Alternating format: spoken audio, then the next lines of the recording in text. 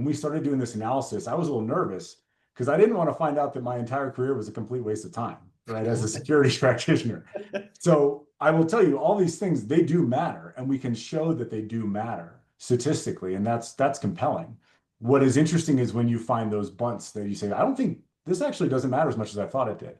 And so I work closely with other cyber experts at Marsh McLennan, and we like to sort of treat this model output as sort of like the other person in the room. It's almost a contrarian stance where the real benefit of this analysis is when we disagree with what the model's saying. And a great example of that is the incident response finding. So when I was doing the analysis, incident response planning kept popping to the top. And when we were doing this analysis, we were looking at occurrence of breaches, not severity of breaches, occurrence of breaches. So incident response planning didn't make sense to me. I was like, well, that makes sense if it's limiting severity. But how is incident response planning having any sort of relationship, correlated relationship with a reduction in occurrence?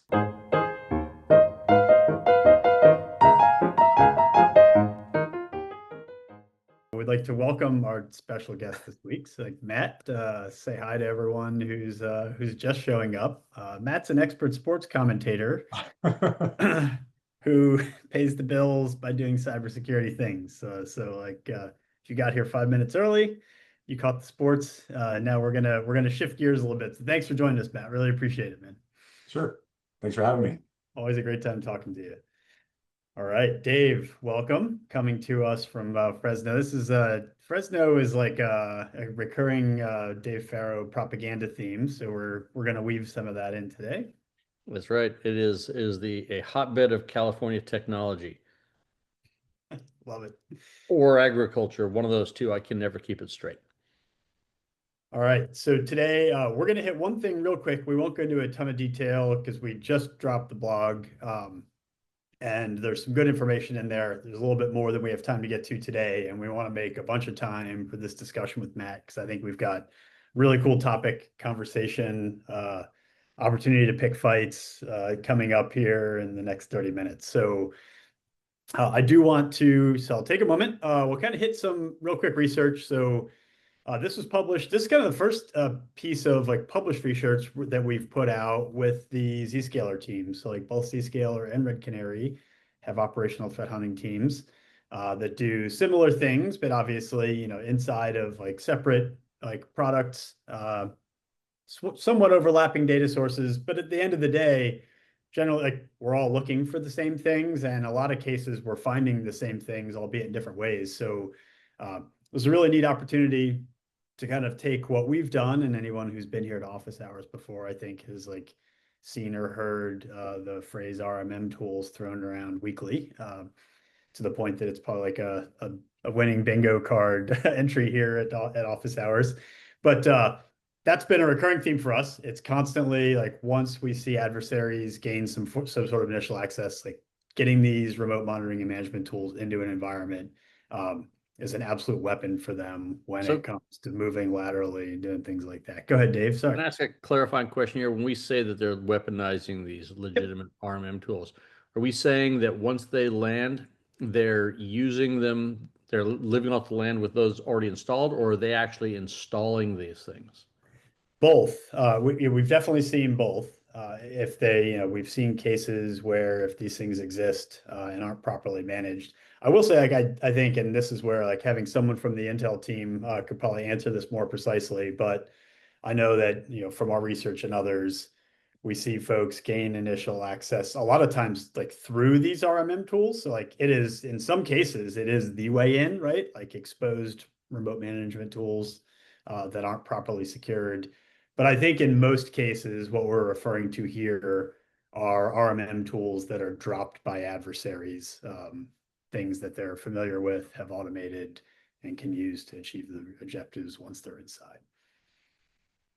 Right on. And then, and I think like, the key takeaways, I know we put some detection analytics or some detection hints in there. And in particular, really kind of tried to highlight looking across like Red Canary's team and the Zscaler team, what were the most common lures in particular, so like these fake browser updates, fake updates to applications that people are likely to have in an enterprise environment, party and meeting invites, which was somewhat unexpected. and then fake government forms, which I know I've heard of before, actually, not super common in the context of Red Canary, but I know there's been a lot of published research out there on that. So I don't know, it's interesting. This is like one of those forever problems, and I feel like there's definitely some overlapping themes here with like the research you've done, Matt. It's like, Yeah, definitely. We'll talk a little bit about the cyber awareness training sort of evolution that we're seeing in some of the signals. So this all checks out for sure. I know that if I get a party invite, I know it's fraudulent because I don't get a lot of party invites. yeah, that one of all of them was surprising to me, but I think it is, interesting to see. I will say, like in other parts of the world, and I think in like different cultures too, it's like sometimes that stuff is more common in like a work environment than it might be here for certain places in the US. And so it's like, it's always, I think that's one of the, like maybe one of the most interesting things, like now that we've got exposure to, I think like Zscaler's team and kind of visibility, are the things that, we're very like US concentrated despite protecting companies and and assets all over the world. But yeah, Zscaler's footprint and view is just like is very different. So it's interesting seeing like what's in the middle of the Venn diagram when you take what we see and what they see. So, all right. Well, without further ado, I want to jump into today's feature here. And whoa, not sure what happened to the slide in the middle. Seem to have lost it. At any rate, so Matt, give us a little bit of an intro while we stare at this blank white screen and explain to us kind of like what we're looking at, like kind of maybe a little bit just like the scope of this report, and then we'll kind of dive in a little bit into the details. Yeah, I'll start by telling a quick story. So my background is in cyber operations, actually MDR, incident response. Spent time in the government, military, and then Mandiant and other sort of Mandiant adjacent, Mandiant mafia places. So, spent a lot of time in the security domain. And then 2.5 years ago, I joined the Marsh McLennan Cyber Risk Intelligence Center. And if you don't know who Marsh McLennan is, that's not uncommon in the cyber security industry. We are an insurance broker, which is different than an insurance carrier. Insurance carrier writes and holds insurance. An insurance broker helps customers go out and get or find insurance for various different lines, whether that's property or cyber in this case. And then also does risk advisory. So beyond just, hey, let's go get insurance, let's talk more about risk mitigation and advisory services. One of the really compelling reasons I went over from Marsh McLennan, in addition to getting off of pager duty, which was nice, but was really trying to understand sort of objectively the effects that controls and behaviors are having on actual breaches and actual risk, right? All of us, here, certainly lots of folks on the call, I'm assuming, we spend every day working these problems, and everyone builds personal experience and sort of their own data model for what they think are those things that really matter and make a difference. And I think the slide you were going to show was a sports ball reference. We were talking about Moneyball earlier. For about 100 years, it was generally accepted that bunting was a good idea. Sacrificing an out to gain a base was generally, in most situations, considered to be a smart move. I played baseball my entire childhood into my adulthood, and everyone, if you told a baseball expert bunting is a bad idea, here we go. It's a great blog. You can check out analytics and effects on the MLB, the bunt. So what you see here is it was generally accepted that bunting was a good idea, a good way to manufacture a run. When you look at the actual numbers, somebody decided, you know what, we've been keeping stats on this game for like 100 years. Why don't we count and see if this actually made a difference? If there was a man on first and they bunted and now there's one out and a man on second, that increased the likelihood of scoring a run, which most would argue is the objective. Turns out, no. Turns out bunting, in spite of everybody agreeing that it was a good idea, when you check the numbers, doesn't actually help. Not a good idea. And so when this analysis was done, you see the numbers there that are the same color. That's basically the before and after, left to bottom right, or sort of like, I don't know, northwest to southeast. You see the change in average number of runs scored in a given inning, or chance of a run being scored goes down when bunting. So this was kind of a revelation. And frankly, there were people who fought it over and over for many years saying this can't be true.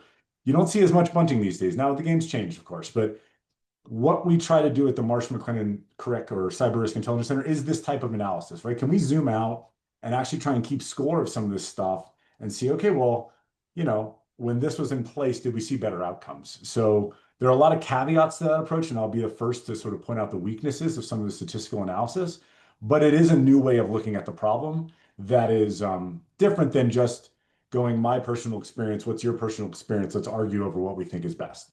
So I So got a that was kind of question. what, yeah, go ahead. I'm curious about where you're pulling your data from, and Yep. and if it's slanted in any way, like what are you guys hoping is going to change in the industry to help get better actuarial data? Because I think we would all benefit from better actuarial data on this. Oh yeah, there's a lot there. So sort of big picture for the report, we, like I said, are, I think the largest cyber insurance broker in the world, or if not the largest. So we see a lot of in companies that are going out and getting insurance. When they go out to get insurance, they fill out an application, which is an attestation of the various controls that they have in place. Now, the first sort of thing I'll admit is that anyone who's looked at an insurance application who's coming from the security world knows that it's not a complete audit of security environment. It is not a holistic, a complete audit of the security environment. Very similar to like filling out a car insurance application or a home insurance application is not a complete audit of your driving habits or your house. The carriers in many cases are trying to get information that allows them to understand the risk better and obviously make decisions accordingly. So that being said, the application does contain information about the presence of controls. Do you have endpoint detection and response tools? Do you have MFA? Do you have a SOC? Do you have a SIM? And we'll get into, tell me more about the configurations of those tools, right? The larger narrative here is that prior to like 2019, 2020, there wasn't as much emphasis on the presence of certain security tools.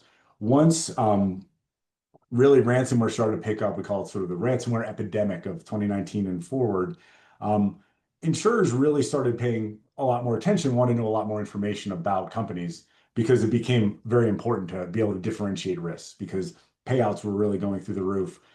As we all know, as you guys talk about, ransomware has been going on big time ever since. And so that really drove that first evolution. So actually in 2023, when I was just joining, Marsh did a report on, okay, what signals are we getting out of those questions? And those questions were largely sort of presence-based. Do you have these tools? Okay, good. That's good to have that thing. Now we're seeing a movement towards, okay, you have that. You have seatbelts in your car. Are you wearing your seatbelt? Are you using it? How is it deployed? How is it configured? So, sorry, I was drifting a little bit in the findings. The data is thousands and thousands of companies globally who filled out applications. And then because we are their broker, if they have a material claim that they want to report to their insurer, we also see that. So that becomes a signal that there was a breach or an event that led to a claim. Oftentimes it doesn't necessarily need to be a claim. There's first notices that occur, but events, we can see those.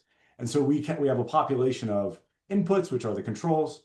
We have a population of outputs, which are the breaches or absence thereof. And we draw correlations between those two things. And that allows us to get some intelligence as to how certain control stances correlate to outcomes. Does that answer?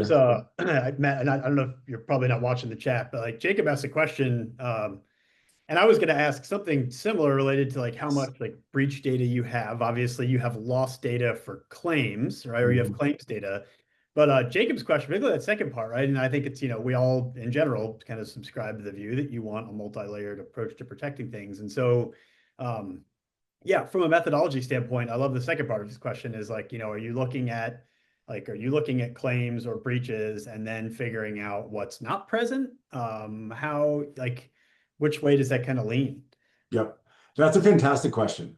So the first thing I'll say is that one of the adjustments I had to make coming from a cybersecurity background into the insurance space was frankly moving up a level of abstraction and moving from a deterministic model in my head of how breaches were occurring, my experience working breaches, and looking to sort of these probabilities and correlations. So one of the weaknesses of looking at presence of controls versus breaches is you don't have causation.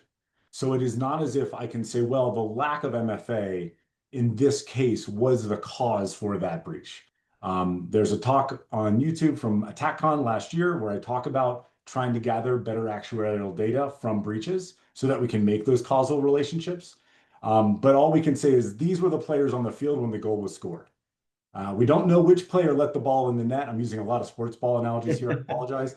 Keep it going. But yeah, we're just going to keep cooking here. So it is correlation, not causation. So I think that gets at to some of that question.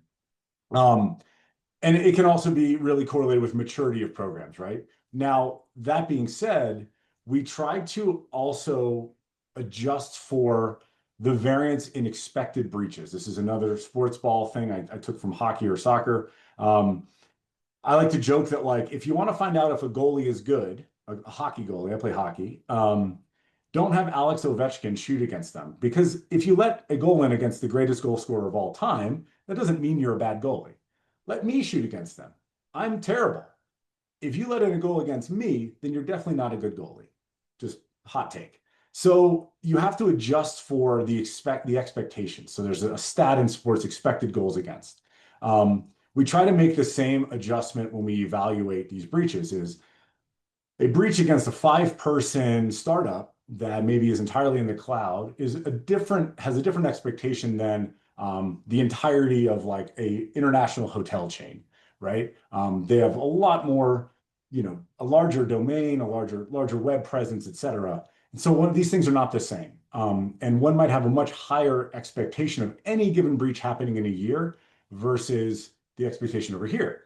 So the performance above or below that expectation is what we should be judging the controls on, not just whether or not they had a breach. It's similar to like insuring a single room house versus insuring the entirety of the Hilton properties, property insurance across the world. There's a lot more surface area on one of these than the other. So that's what we try to adjust for with firmographics. When we say firmographics, it's just like revenue, sort of the business aspects of an organization. And while certainly not a perfect proxy, does give us some ability to remove some of those firmographic effects.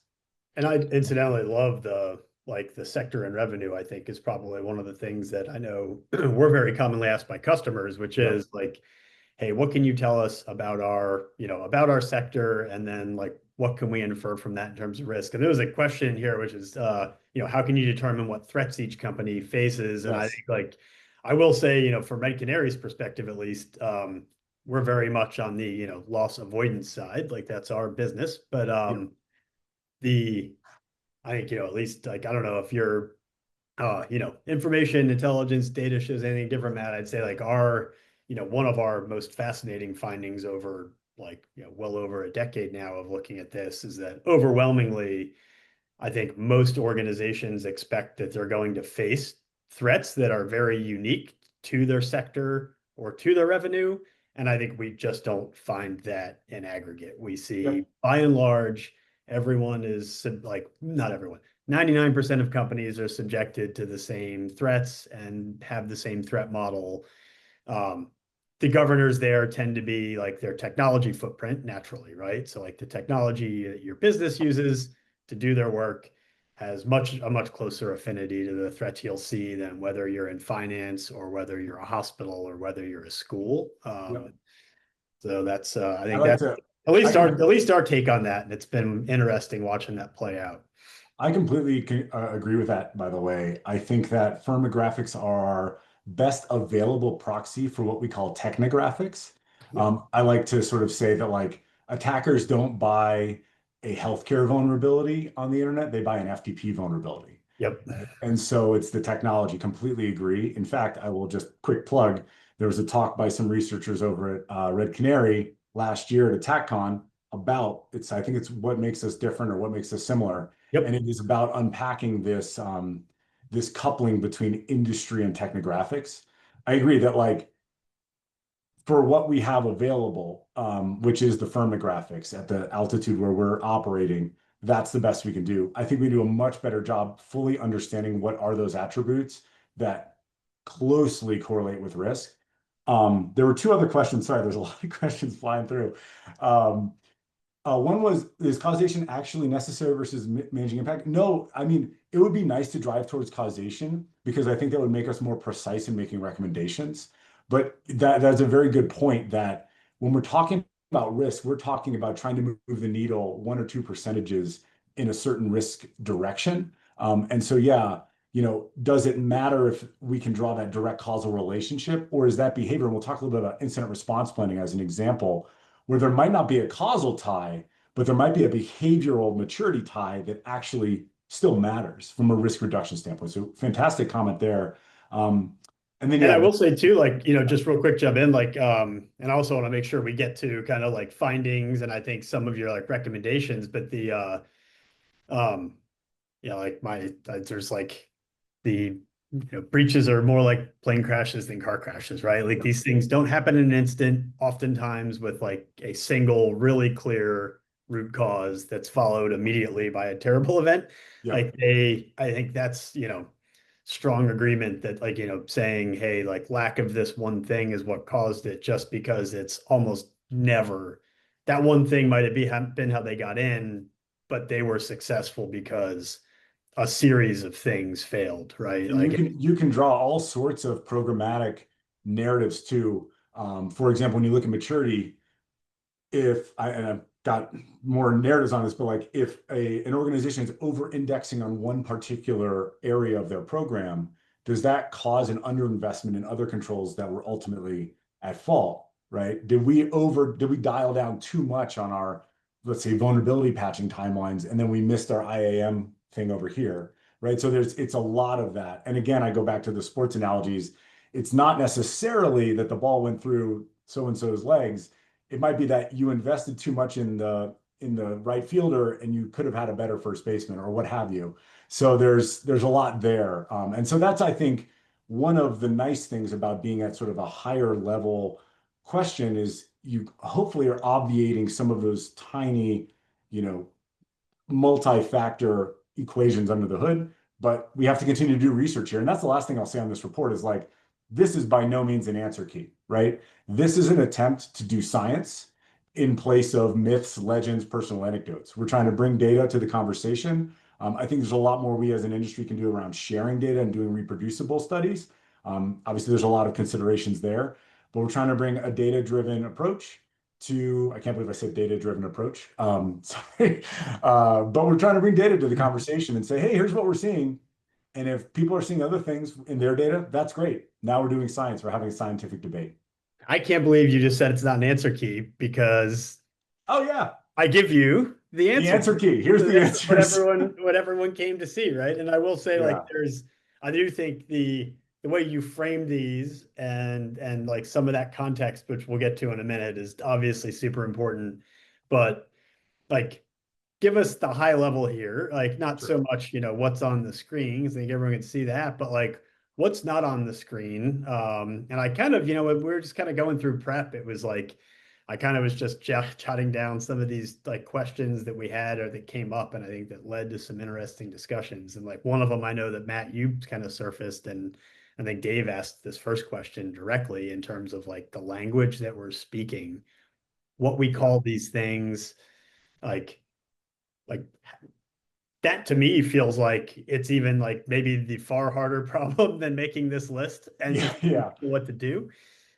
When I was I was in Mandarin around 6 years, and I think I largely was doing the same work, but it was called a different thing almost every year, right? So like I was doing at one point I was doing MDR when that got coined. I was doing EDR at a certain point as well. And like if you remember, before EDR it was advanced endpoint security. Before that it was next gen AV, or these terms cause confusion. And so while in the security community, we try to keep track of like the latest, Gartner acronyms. That's why half the time the reason I go to conferences is just to like get new acronyms. I need to go look up there's X's and everything now. You'll find what the X means. And so, we do that. Imagine how hard that is to explain to somebody who's outside the industry, who's running a risk management function at a CFO office. They want to know, wait, what's EDR? We were talking about AV a couple of years ago, and now you're telling me this other thing.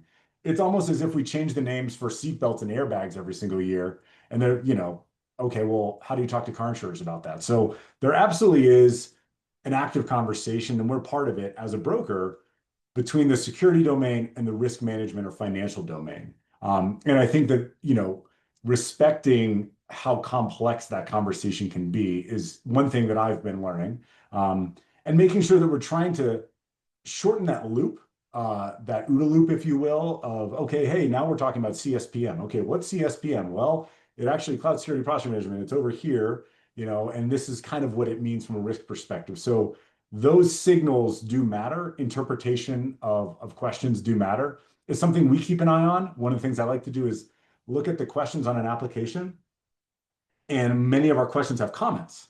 And if we see one that's getting a lot of comments, that's one to look at and say, hey, is there a lack of understanding here? Can we look at other ways to ask this question? So yeah, absolutely, that's the case. I think we're moving in the right direction, trying to tie those domains together and actually use things like existing frameworks, whether it's NIST CSF or CIS or what have you. Can we use those frameworks to reduce friction in that conversation? So that's, yeah, first point there. When I first looked at this list, I think that the things that jumped out at me were, number one was called, network something something, and I was Yeah. like, wait a second, that can't be right. Yeah, like, And what does that number mean? 6 was fascinating to me, like, Yeah. and I think, I don't know, just this is, even if you ignore everything else we know and you just look at what Dave and I have to spend our time talking about most weeks here, it's some like variant of phishing, whether it's like, lures, new tactics, techniques, things like that. It's just like kind of ever present. Was very, very surprised to see that so low on this list. But I do think, hearing you explain mainly, like, I think I expect it to be higher because I'm expecting it to have some tight linkage to like initial access vectors. Yep. But all this discussion and like your framing of like causation versus, or is this like, just kind of a much broader look that's not tying these things one to one together? I think it makes sense. Yeah, I got to jump in here, guys. Go ahead, Dave. Bottom of the hour here. The thing about Matt's research that is most interesting and compelling and useful to me is the data that substantiates. I love your analogy that it's great to have a car with seatbelts, but it matters whether you're wearing the seatbelt or not. And when we look at getting funding for our programs, it turns out that the act of putting on your seatbelt every single time you get in the car has an economic cost. And it's one of the ones that's hard to explain and express to the company because it's a long tail of recurring cost. And like, I think one of the big values of this work is helping to make the case in the language of the business of what it costs to actually own and operate these controls, and to be able to say that these things, like, without them, we have a materially higher expectation of an adverse incident is a really powerful tool for helping us connect with the business. I think M. Cohen talked about, sort of the frustration that many of us on the practitioner side have that not all CFOs get that we're a revenue protector and that we're part of empowering the business. Yeah. Right. But on the flip side, many of us on the security side have had to learn and are still learning how we talk the language of business. And this is a really helpful bridge, in my opinion. Yep. I think that one of the things that's been really interesting to me is, I often call it like putting dollar signs on the slides.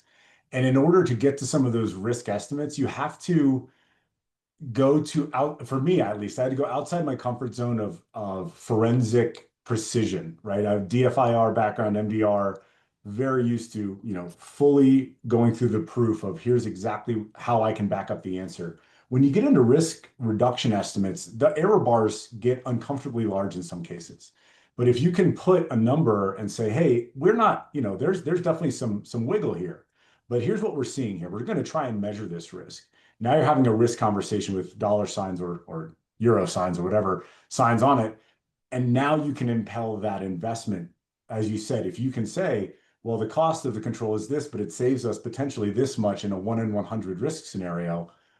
I've seen conversations go further in this domain than I ever did as a security practitioner. And that's been really interesting to me. So as you have those conversations where you put dollar signs on the estimate of loss, like I can tell you that the times that I've had that conversation, more frequently than not, business responds with BS. That's not what it would cost. What do you have to say for those of us that are trying to substantiate what we estimate a loss to be? Sure. Well, I go back to the quote, like the Eisenhower quote, plans are nothing, planning is everything. Or the other George Box quote, all models are wrong, some models are useful. So oftentimes when you get that challenge of, well, that's wrong. Okay, well, great. Let's talk about why is it wrong? What assumptions are wrong, right? And we might uncover some structural assumption that was actually made that was incorrect. But sometimes, and I've had this experience where you go through, well, let's actually walk through what a 3-day outage looks like. Okay, now we're having that conversation. That conversation itself can be productive. I like to cite Cunningham's law. It's one of the laws of the internet. If you want an answer, this has been proven scientifically. The fastest way to get an answer on the internet is not asking a question, it's to provide the wrong answer. So oftentimes with these models, you do that. You put something out and say, hey, here's what I think.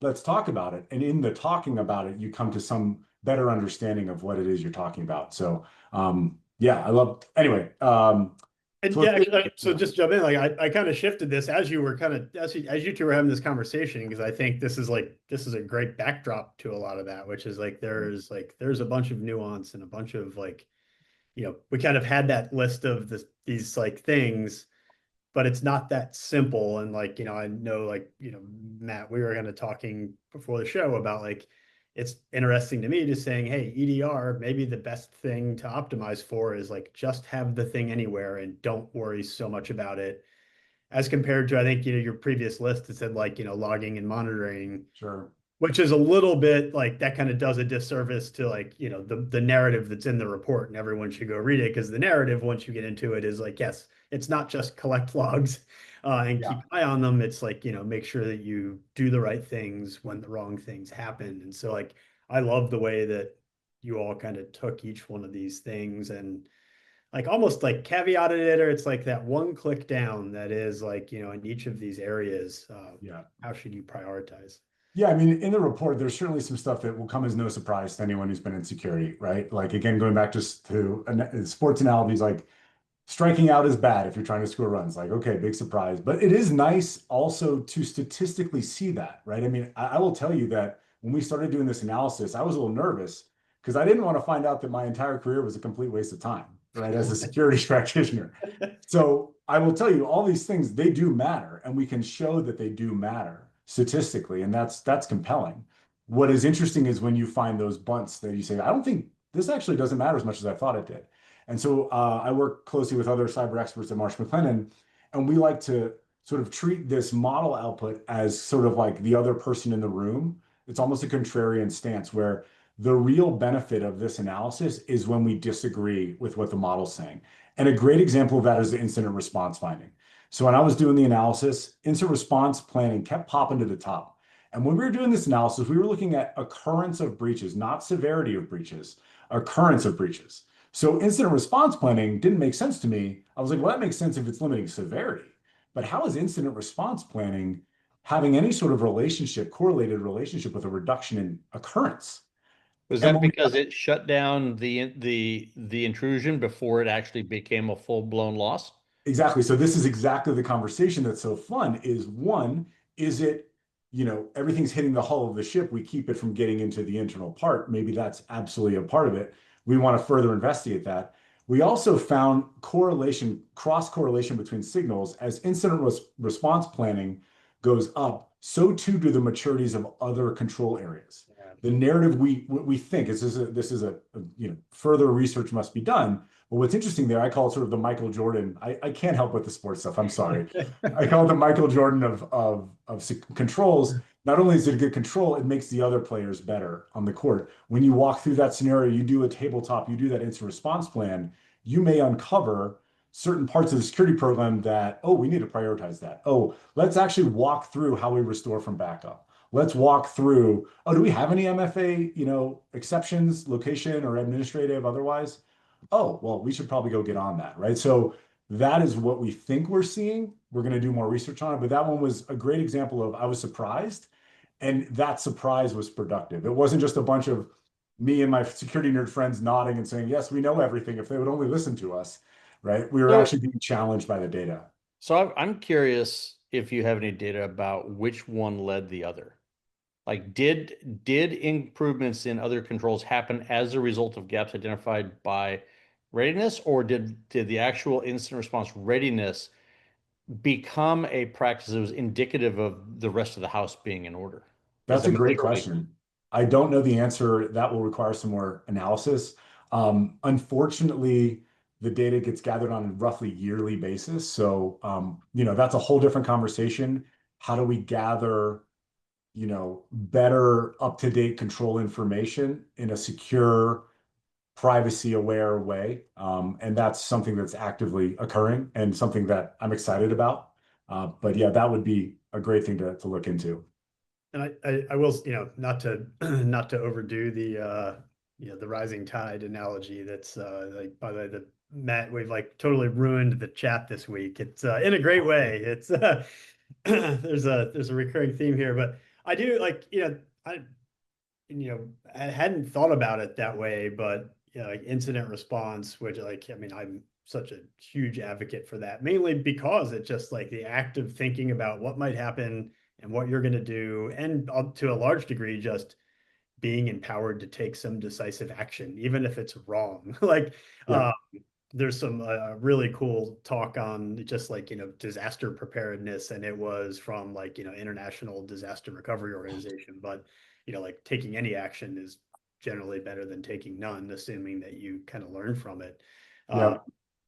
and so, like, it is really cool that you highlighted that, because, like, any one of these things, EDR, MFA, your SOC may be the place where this comes home to roost the most, but like every one of those things, like, it's better to have it than not have it. It's better to have, like, improved capabilities, tighter configurations, but in every case, just knowing, hey, when this thing goes off, it means this, and we have to do that. And just like the act of having that laid out, like, you could have one of these things and not the other three. And I would argue that if you have like a rock solid incident response plan, but you're just flat out bound by money, you could Yep. probably run a really, really great program with an EDR system that is like tuned all the way up, and a team that just knows what to do when something goes bump. And like, it's incredible how far that will take an organization. And it's like, it's interesting to see that kind of play out. Yeah. yeah. Well, look So forward to that research for sure. that's kind of where I was going with this. Is when I started in security, I came from an engineering side, and I just had to figure out security as I was standing up the program where I was. And it was not intuitively obvious to me that the place to start was getting your IR on lock first, right? All the things that I read was put technology in place, get detective controls in place, get preventative controls in place, or all these other things, and leaving out that human part of, like, do we know what to do when things go bump, and can we tell when they're going bump? Yep. That's why I asked the questions, because I think it's not uncommon for people to take a reactive approach to it. Yeah, so that was a really interesting one. Some of these other ones we talked a little bit about the phishing at the top of the call. That's a really interesting one to me. I think I always joke, if you get five security practitioners in a room, you get six or seven opinions, right? So cyber awareness training, we see, that's a question that gets asked. What we found, what we think we found in the data, and you can go into the report and look at the numbers, was it was really about being tied to current up-to-date phishing trends, and what is really going on, and really that active training. Are you doing phishing testing? Are you doing, showing the new, whether it's quick fix or whatever the new digital conditioning is, Zoom calls, really showing your users, hey, here's the current state of play. It appears that the days of like cyber awareness training, I don't know if anyone remembers Cyber Jeff from the DoD Cyber Awareness Challenge, Jeff and Tina, I believe. Those days of like being generally aware of cybersecurity, it's not that it doesn't matter, it's just that like we're kind of past that. And now you need to get in front of people and say, look, you might get a message on LinkedIn tomorrow, and here's what that fish might look like. You might get a message that your Office 365 needs to be updated. It's going to be really convincing. It's not going to have bad grammar. It's going to look super legit. What do you do in that case? Getting that quality of training we saw signals that indicated that was more important than like mandatory cyber awareness training. Again, not super surprising, but very compelling to see that in the data. And we want to be able to bring these findings also to the carriers and say, hey, when you're evaluating risks, when you're looking at how companies are doing with their cybersecurity, these are some things that we're finding to be really important. So that's the conversation we participate in. Yeah, I love it. And I know we've gone way over, I think almost like most people have stuck with us, which is absolutely awesome. And I do want to, I think one of the reasons, like, I mean, Matt, one of the reasons like Dave and I love showing up and doing this every week, partly is because like this stuff evolves quickly. We can only take time to like write and publish research on so much. And so like, to your point about quality over quantity and just saying, and a lot of quality is timeliness, right? Yep. When it comes to like just sharing, what's happening to organizations, what they can expect to see, particularly when it comes to social engineering. Actually, shameless plug, Alex Berninger, who's on our team, you may know her. We had our Red Canary Live event just last week. And so she like led everyone through a social engineering workshop.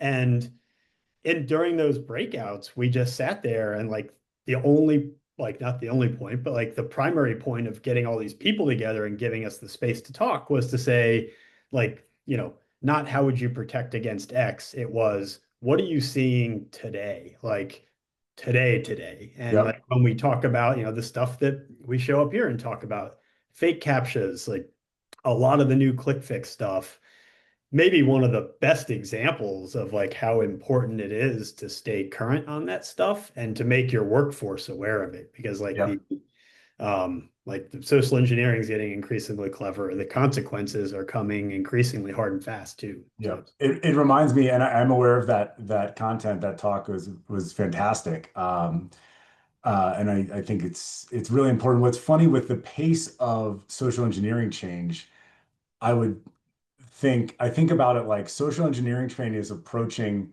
shipping new endpoint signatures in its regularity. Like if you think about when PowerShell was really being iterated on like 2015, 2016, and we were updating regex for PowerShell arguments, at that time, functionally, what's the difference between updating our social engineering training on a weekly basis and updating our endpoint detection signatures or our network detection signatures? Like we're basically pushing out new detection signatures to human beings. Yeah, but the big difference is that we've got a limited capacity for people to ingest that stuff. Absolutely. And the robots could take new signatures. The humans won't put up with having to take that training so often. I know we're super late. I got a question. If I wanted to take your data in with me into a budget planning cycle as a big friend to help me make points, is that available? How would we get it? Yeah, so the numbers are on the report. The signal strength, you can read about the methodology. And frankly, if you have questions, please reach out to me. I'm on LinkedIn, Matt Berninger. I'm not the indie rock singer. I'm the other guy.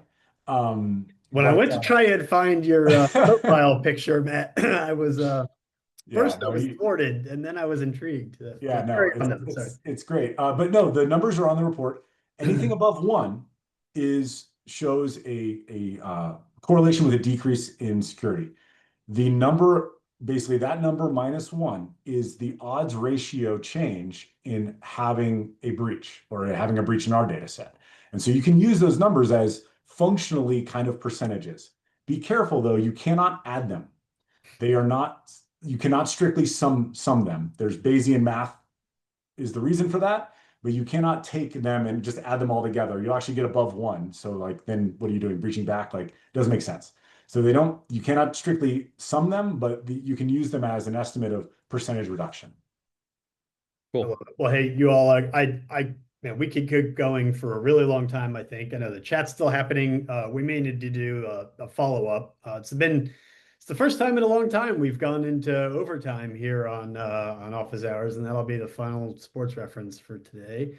But this has been so awesome, Matt. Like, could nerd out on this all day. I think just based on kind of the conversation we're having here too, it seems like so could a whole bunch of folks.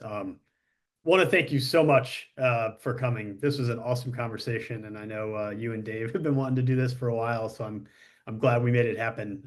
Thank you for the time, and everyone, definitely encourage you to get the report. There is so much in there. I feel like we just barely scratched the surface today. thanks everyone for Yep, coming. Thanks for coming, Matt. Yeah, Thanks, Matt, Keith. thank you Y'all, again. thanks for having being me. here. And we will see most, if not all of you next week. Adios. Cheers.